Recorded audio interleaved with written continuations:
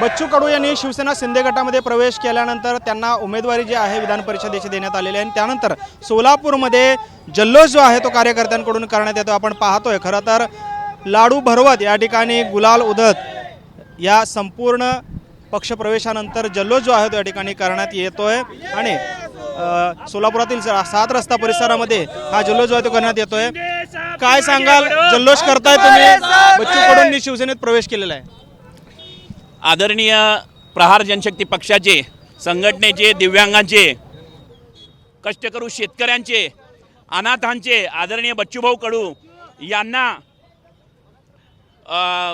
विधान परिषदेची जे काही आमदारकी मिळणार आहे त्याबाबत आम्ही आज जल्लोष करत आहोत। खरं तर शिंदे साहेबांनी हिऱ्याची कशी पारख करायची या बाबतीत बच्चूभाऊंच्या माध्यमातून विदर्भ असेल, मराठवाडा असेल, शिवसेनेची व्याप्ती कशी वाढवायची हे डोक्यात घेऊन आदरणीय बच्चूभाऊंना शिवसेनेत घेतलेले आहे। मात्र बच्चूभाऊंनी सांगितलेलं आहे की जेणेकरून प्रहार जनशक्ती पक्ष आम्ही शिंदे सेनेत किंवा शिवसेनेत विलीन करणार आहोत। संघटना मात्र वेगळी राहील, म्हणजे ती प्रहार दिव्यांग संघटना असेल, प्रहार शेतकरी संघटना असेल, प्रहार कामगार संघटना असेल, या माध्यमातून प्रहार जनशक्ती पक्ष विलीन केलेला असून प्रहार संघटनेच्या माध्यमातून आम्ही शिवसेनेची कशी वाटचाल आणि कशी व्याप्ती वाढवता येईल या माध्यमातून आम्ही पाहणार आणि 6 महिन्यानंतर आदरणीय बच्चूभाऊंना मंत्रिपदाची ऑफर दिलेली आहे। त्याबद्दल आम्ही जल्लोष लाडू वाटून जल्लोष करत आहोत। स्वागत करताय पक्षात? 100% मी स्वागतच करणार।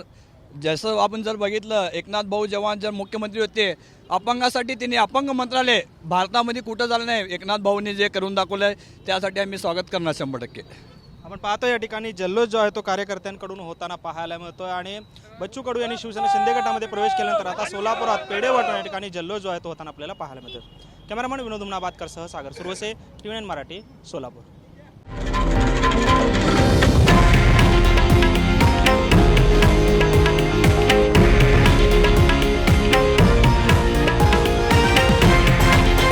हे आहे देशातील नंबर 1 न्यूज नेटवर्क आणि आपण पाहत आहात TV9 मराठी, एकमेव।